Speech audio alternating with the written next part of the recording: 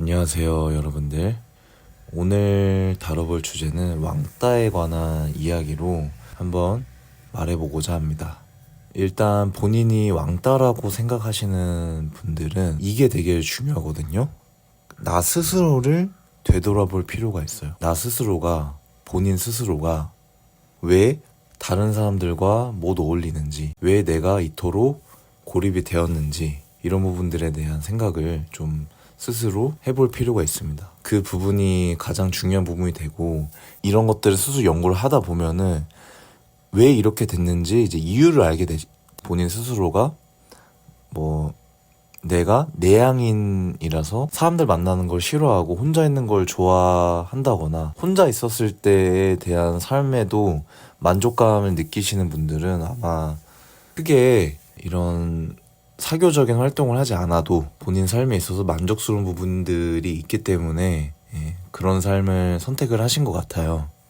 하지만 그런 성향의 사람이라고 하더라도 기본적으로 인간은 사회적 동물이기 때문에 불가피하게 외로움, 고립감 이런 것들을 느낄 수밖에 없다고 생각을 하거든요.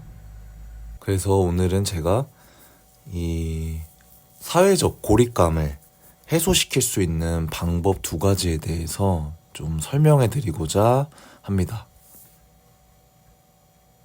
첫 번째 방법으로는 내가 사교성이 없다면 다른 사람이 날 따르게끔 해야 되는 게 되게 중요하거든요. 예로 이제 일적인 부분에서의 예로 한번 들어볼게요. 내 특정 분야에 대해서 능력을 정말 높은 수준으로 키운다라고 하면 그 분야에 대해서 인정을 받고 배우러 오거나 아니면 같이 협력하려고 하는 사람들이 분명히 있을 거예요.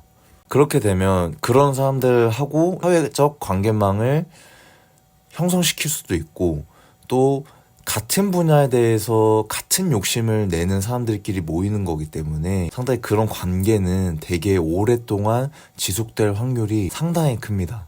그래서 내가 먼저 다가갈 용기가 없다고 하면 어떤 분야에 전문적인 능력을 키워서 다른 사람들이 나를 찾을 수 있게끔, 내가 필요한 존재가 되게끔 그렇게 능력을 키우시는 게 첫 번째 방법이라고 생각합니다. 2번째 방법으로는 사회가 만들어 놓은 시스템을 이용하는 것도 되게 좋은 방법이라고 저는 생각하거든요.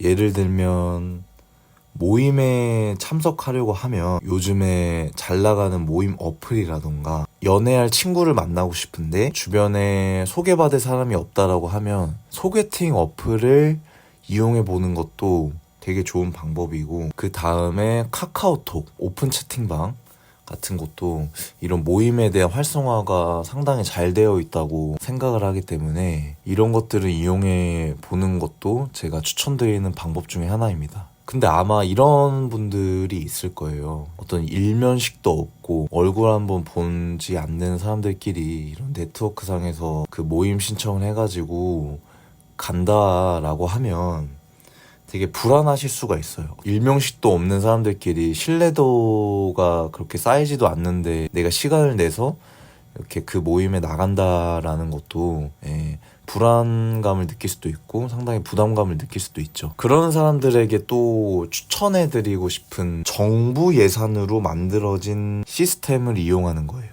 이게 무슨 말이냐면 정부 차원에서도 이렇게 사회적으로 고립되고 외로워하시는 분들을 위한 그런 센터를 많이 마련을 했거든요. 서울시에도 있고 각 시의 가족센터라던가 1인 가구 지원센터 이런 것도 있고, 봉사활동 좋아하시는 분들은 봉사 포털 사이트도 이용해 보는 것도 하나의 방법입니다. 그런 건 있겠죠. 이런 모임을 나간다고 해서 내가 불편한 상황을 겪을 수도 있고 나랑 안 맞는 사람들도 많이 마주칠 수가 있어요. 그런데 이런 식의 노력을 해야 그래도 사람들을 만날 수 있고 또 본인과 잘 맞는 사람도 만날 수 있기 때문에 그런 식의 또 사회 관계망을 만들 수 있는 좋은 도구라고 생각을 하기 때문에 이런 것들을 적극적으로 나가서 집에서만 그렇게 고립되어서 살지 마시고 다른 사람들하고 이렇게 소통도 하면서 그런 삶을 사시기를 응원하겠습니다. 오늘은 여기서 마치겠습니다.